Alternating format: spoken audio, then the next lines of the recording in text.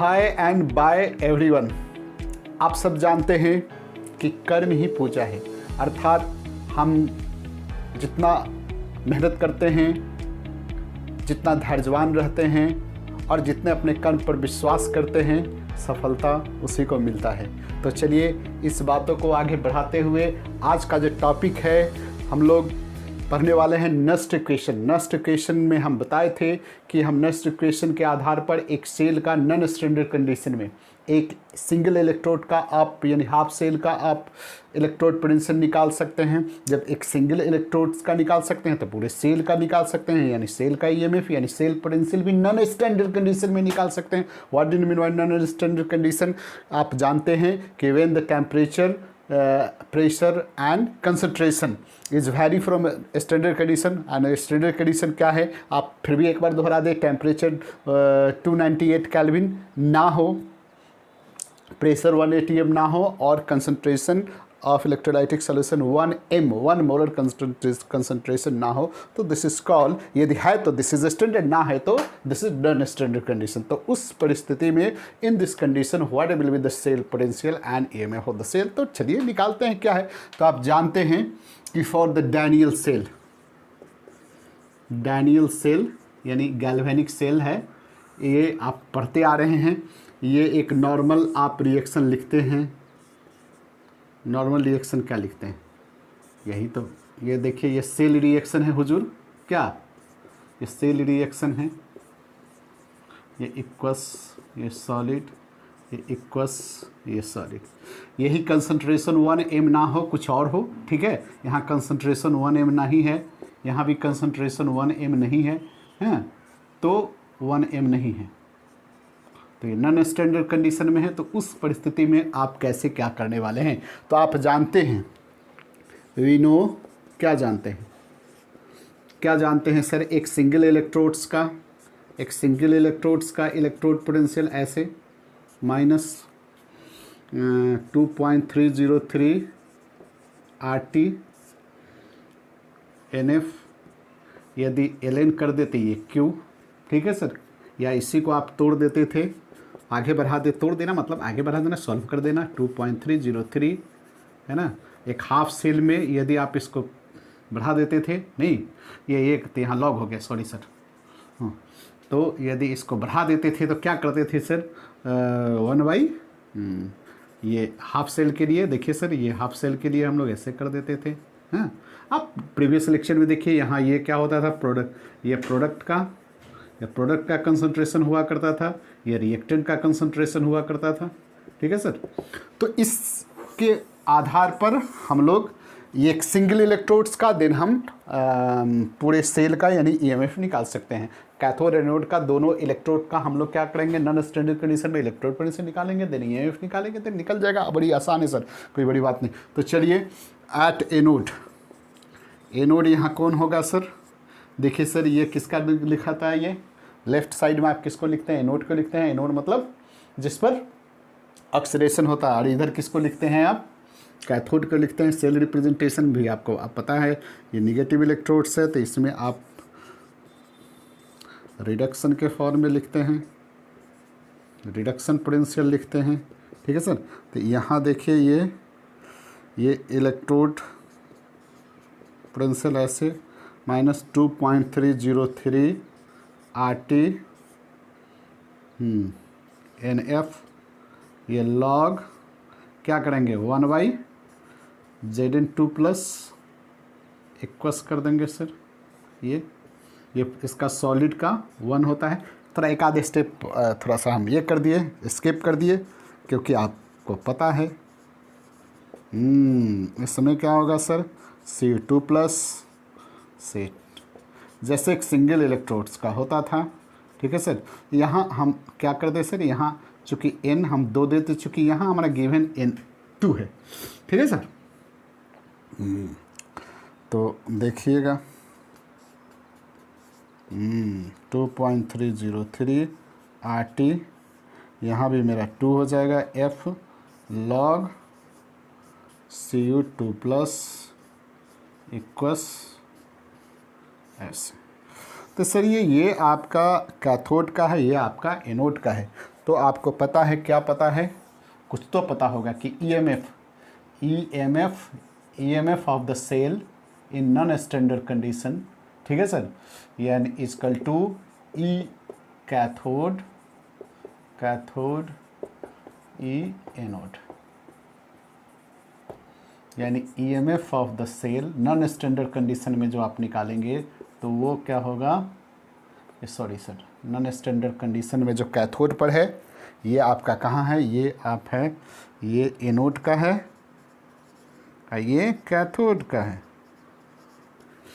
ये कैथोड का, ये एनोड का। अब सबको रख दीजिए सर, यहाँ रख दीजिएगा, ठीक है, रख दीजिएगा तो क्या होगा, इस पूरे वैल्यू को यहाँ रखिए, क्या करें भैया, यहाँ जो है आप लिख सकते थे Zn2 plus by Zn, reduction के फॉर्म में Zn2 प्लस बाई Zn, यहाँ लिख सकते थे कैथोड के बदले ये Cu2 प्लस बाई Cu, ये Cu2 प्लस बाई Cu। तो आप यदि इस दोनों को रखेंगे तो चले रख देते हैं सर, क्या करते हैं, ई कैथोड है Cu2 plus by Cu minus E Zn2 plus by Zn, non standard condition में। देखिए ये ही दोनों, ये दोनों है नॉन स्टैंडर्ड, ये कैथोड का हो गया सर ये, और ये एनोड का हो गया, और इस सब का इधर वाला वैल्यू यदि आप रखेंगे, ठीक है सर, रखेंगे तो फिर तो लंबा होगा, चलिए रखिएगा तो निश्चित रूप से वो आ जाएगा, क्या आ जाएगा, E cell is equal to E not cell minus 2.303 RT 2F log Zn2 plus का कंसंट्रेशन बाई Cu2 प्लस का कंसंट्रेशन। देखिए यही है, यहाँ ये सब वैल्यू रखेंगे, यहाँ ये सब का वैल्यू रखेंगे, घटाएंगे तो ये आ जाएगा, जहाँ ये क्या है सर, ईएमएफ है, सेल पोटेंशियल, सेल पोटेंशियल मतलब है सेल पोटेंशियल यानी ईएमएफ है नॉन स्टैंडर्ड कंडीशन में, ये ईएमएफ है स्टैंडर्ड कंडीशन में, यहाँ देखिए हम कह रहे हैं कि ये यहाँ से इसका वैल्यू, ये वैल्यू पूरा रखिएगा, देन ये रखिएगा, सब्सट्रैक्ट कीजिएगा तो 2-3 लाइन इस बीच में होगा, फिर आ करके ये आ जाएगा, तो जगह ये सब होगा, तो ये हो गया, तो यहाँ ये, तो ये Zn2 प्लस क्या है, Zn2 प्लस क्या है, this is the concentration at anode, and ये क्या है, कंसंट्रेशन एट कैथोड, तो आप इसको ऐसे लिख सकते हैं, सेल 2.303 RT, हाँ, यदि n कर दिया जाए NF तो log एनोड पर कंसंट्रेशन बाई कैथोड पर कंसंट्रेशन, हाँ, यदि एनोड का कंसंट्रेशन मतलब ये प्रोडक्ट का कंसंट्रेशन बाई रिएक्टेंट का कंसंट्रेशन, रिएक्टेंट का कंसंट्रेशन, ठीक है सर, एक ये हो गया। यदि एट 298 टेम्परेचर, यदि 298 केल्विन है तो इस समय ये सेल जो है 0.0591, ये n हो जाएगा, लॉग एनोड का कंसंट्रेशन बाई कैथोड का कंसंट्रेशन, एनोड पर जो आयन है उसका कंसंट्रेशन और कैथोड, तो ये दोनों आप याद रखिएगा, ठीक है। तो चलिए कॉपी कीजिए, देन आगे बढ़ते हैं।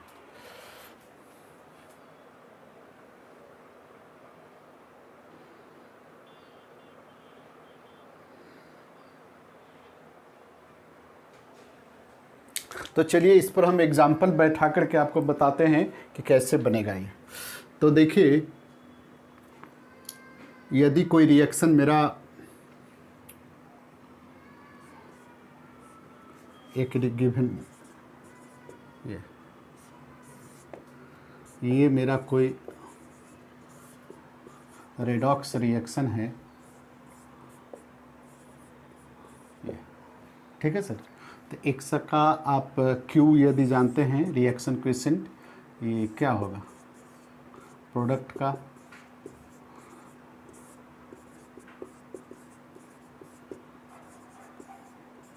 ठीक है। वैसे नहीं भी आप जानते हैं तो 0.0591 n लॉग प्रोडक्ट का, नहीं यही रिएक्शन क्यू रख देंगे तो हमारा काम हो जाएगा। हाँ, वैसे ये सी, देखिए यही होता है, ये मेरा प्रोडक्ट का कंसंट्रेशन है, ये मेरा रिएक्टेंट का कंसंट्रेशन, ठीक है सर, इसका ध्यान रखिए। दूसरा आप एग्जांपल देखिए, कोई सेल रिएक्शन ऐसे दिया हुआ है, इक्वस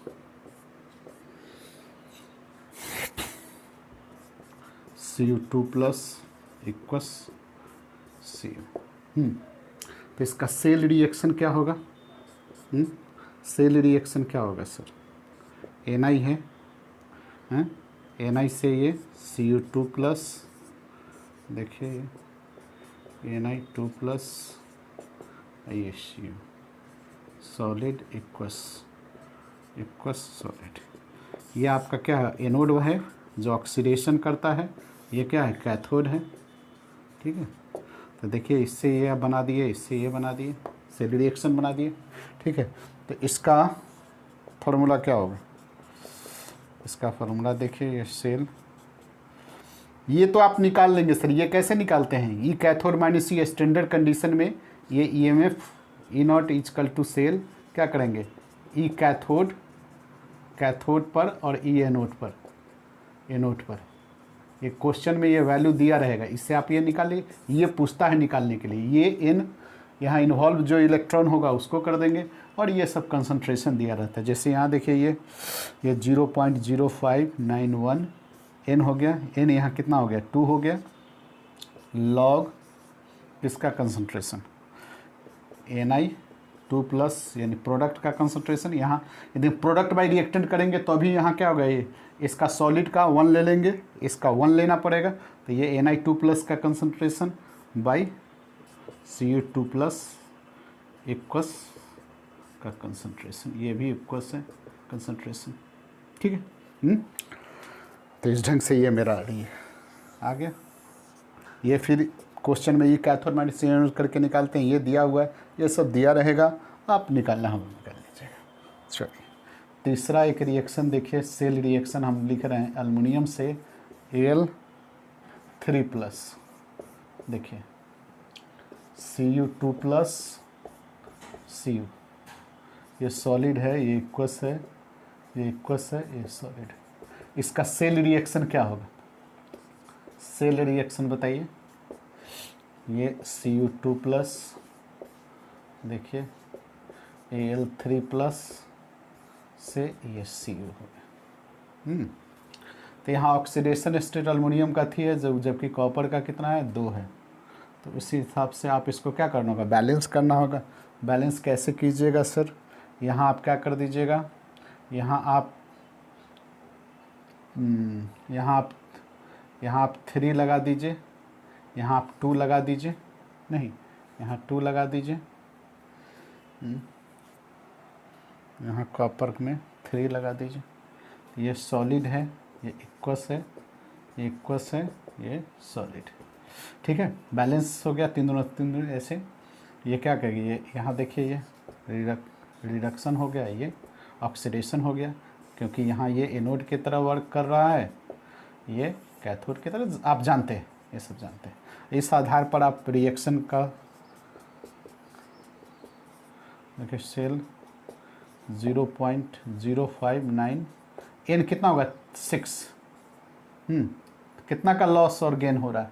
एल्युमिनियम यहाँ कितना 6 इलेक्ट्रॉन लूज कर रहा है जो एनोड की तरह है, और कॉपर यहाँ 6 इलेक्ट्रॉन गेन कर रहा है जो कैथोड की तरह है।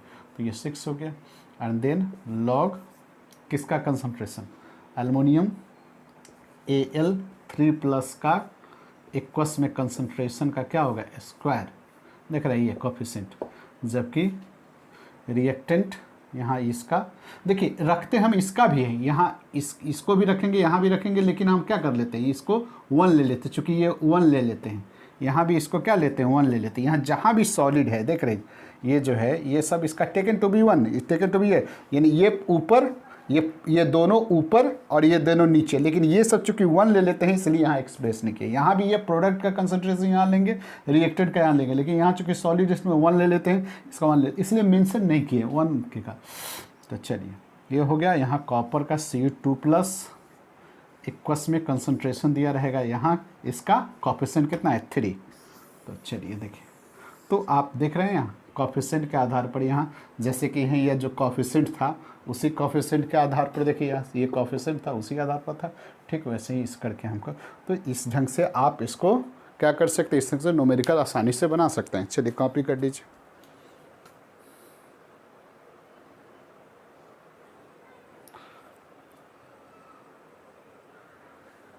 देखिए एक क्वेश्चन यहाँ हम लिखे हैं, calculate the EMF the cell, एक सेल का ईएमएफ निकालिए, जो कि यहाँ देखिए ये एनोड हाफ सेल है आपका, एनोडिक रिएक्शन यहाँ हो रहा है, एनोड पर जो रिएक्शन हो रहा है ये कैथोड पर रिएक्शन हो, और स्टैंडर्ड कंडीशन में दोनों का इलेक्ट्रोड पोटेंशियल दिया हुआ है।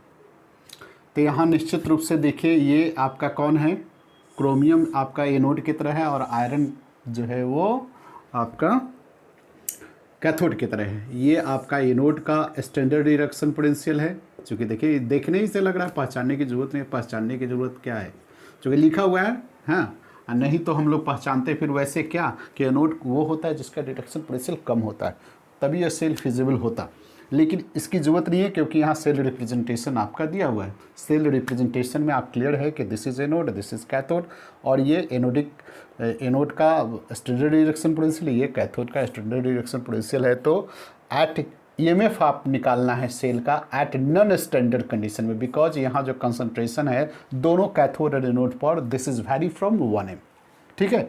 तो चलिए सर, यदि आप इसको सॉल्व करते हैं सर, तो यहाँ आप एनोड पर जो रिएक्शन लिखते हैं, एनोड पर रिएक्शन क्या होता है Cr3+, ये देखिए ये Cr ऐसे होता है ना, इक्वस से ये सॉलिड होता है।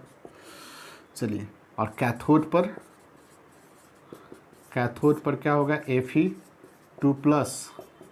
ये 2 इलेक्ट्रॉन लेकर के देखिए ये Fe में बदल रहा है, ये सॉलिड, ये रिएक्शन हो रहा है, ठीक है सर। तो निश्चित रूप से इसको इस ढंग से रिएक्शन हो रहा है, लेकिन इस आधार पर यदि आप बैलेंस करना चाहेंगे तो ये इसका रिप्रेजेंटेशन करना चाहेंगे तो इस ये क्या होगा, यहाँ Cr मैंने उल्टा करके आप इसको लिखना पड़ेगा तब जाके हो जाएगा।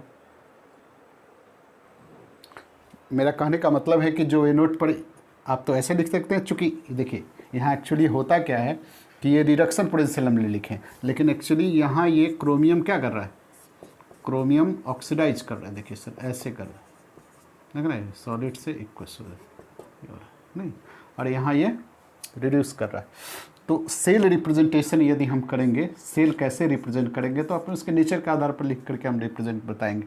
तो देखिए सर, यहाँ इस दोनों को बैलेंस करने के लिए इसको हमको क्या करना होगा, 2 से मल्टीप्लाई करना होगा, 3 से मल्टीप्लाई करना होगा, तो हमारा रिएक्शन आ जाएगा, क्या आ जाएगा 2Cr सॉलिड, देखिए सर इसको जोड़िए, 2Cr solid plus 3Fe2+ equals and then क्या है 2Cr3+ equals and then 3Fe solid, यही है।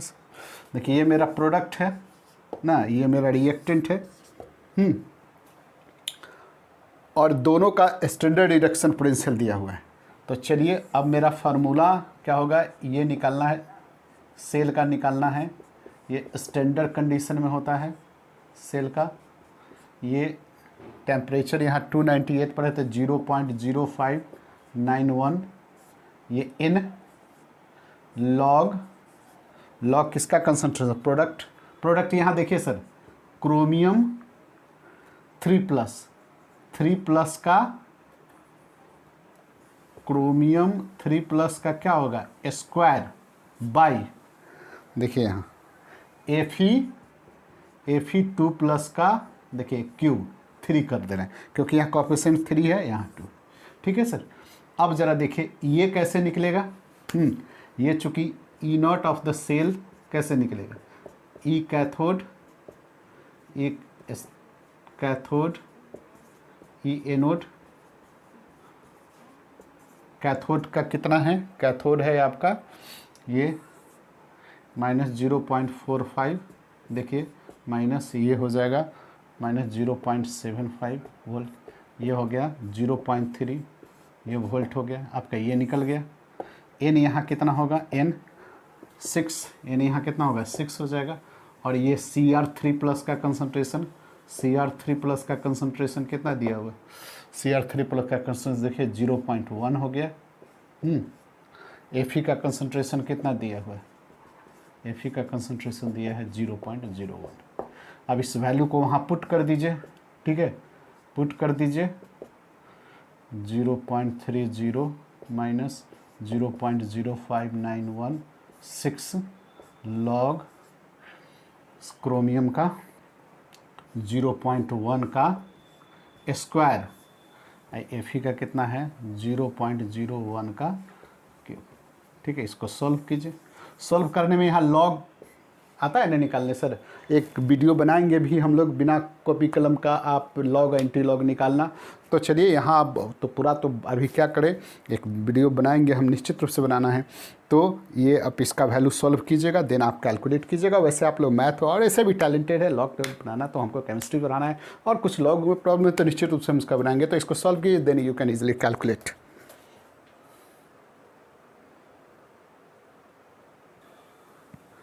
देखिए क्वेश्चन लिखे हैं, calculate the cell potential of following cell reaction at 298 kelvin. Cell reaction दिया हुआ है और स्टैंडर्ड सेल पोटेंशियल यानी स्टैंडर्ड ईएमएफ भी उस रिएक्शन का दिया हुआ है। तो देखिए इसको यदि आप गौर से देखिए, यहाँ देखिए ये रिएक्टेंट है, ये प्रोडक्ट है। यदि इस आधार पर आप रिएक्शन यदि लिखना चाहें तो यहाँ देख लीजिए, आप उतना मेहनत क्यों करने जाइएगा सर। ठीक है सर, यहाँ देखिए Zn आपका ऑक्सीडेशन कर रहा है, Sn आपका रिडक्शन कर रहा है नहीं। Zn आप चलिए थोड़ा सा लिख दे, क्या फर्क पड़ेगा, सॉलिड से इक्वल हो रहा है नहीं। यहाँ SN4+, ये 2 इलेक्ट्रॉन ऐसे कर रहा है, ये से SN2+, यही हो रहा है, इक्वस यही हो रहा है। देखिए इसको ऐसे करके देखिए, तो निश्चित रूप से ये आपका Zn सॉलिड, ये SN4+ इक्वस, ये आ गया Zn equals plus Sn equals, ये प्रोडक्ट हो गया सर, ये रिएक्टेंट है नहीं। तो आप EMF at given condition, non standard condition यदि निकालना है तो स्टैंडर्ड सेल पोटेंशियल माइनस 0.059 वाला ही डालिए, चूँकि टेम्परेचर आपका देख रहे हैं n लॉग। यहाँ देखिए सर, यहाँ प्रोडक्ट का कंसंट्रेशन देखिए, प्रोडक्ट का कंसंट्रेशन में कौन कौन है, Zn2+, देखिए फिर है SN2+,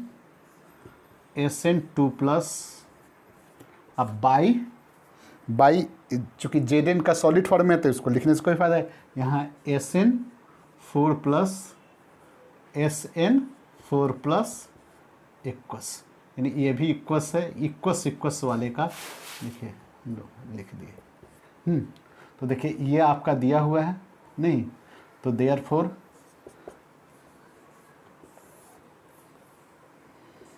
ये सेल इजकल टू, ये दिया है 0.0 0 पॉइंट कितना है, हाँ 0.89 नहीं रहता, अलग अलग का रहता है। ये कैथोड माइनस ये नोट करके आप निकालते हैं, माइनस 0.0591 एन कितना होगा यहाँ 2 का होगा, देख रहे हैं सर 2 का लॉस गेन हो रहा है। यहाँ देखिए 2 इलेक्ट्रॉन लॉस, 2 इलेक्ट्रॉन, ये 2 हो गया लॉग इस Zn2 प्लस का कंसंट्रेशन कितना है, Zn2 प्लस का कंसंट्रेशन 2.0 है, Sn का कितना है ये 0.50 है, और इधर इसका तो 1 हो जाएगा, यहाँ ये 1.50 है। ठीक है सर, तो हो गया। यहाँ से आप इसको सॉल्व करते रहिए, देन बनाइए। तो चलिए सर,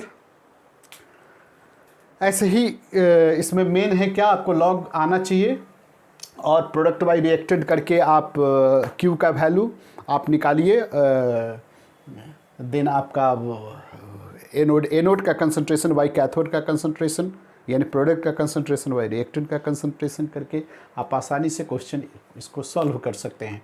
बस में लॉग टेबल आना चाहिए, थोड़ा सा कैलकुलेशन आना चाहिए, है ना। नॉन स्टैंडर्ड कंडीशन में निकालना रहता है, स्टैंडर्ड कंडीशन में जो वैल्यू दिया रहता है कैथोड एनोड का गिवन रहता है, उससे आप ईएमएफ निकाल लेते हैं। तो ये आपको निकालना पड़ेगा, ई कैथोड माइनस ई एनोड करके स्टैंडर्ड कंडीशन में क्वेश्चन में दिया रहता है।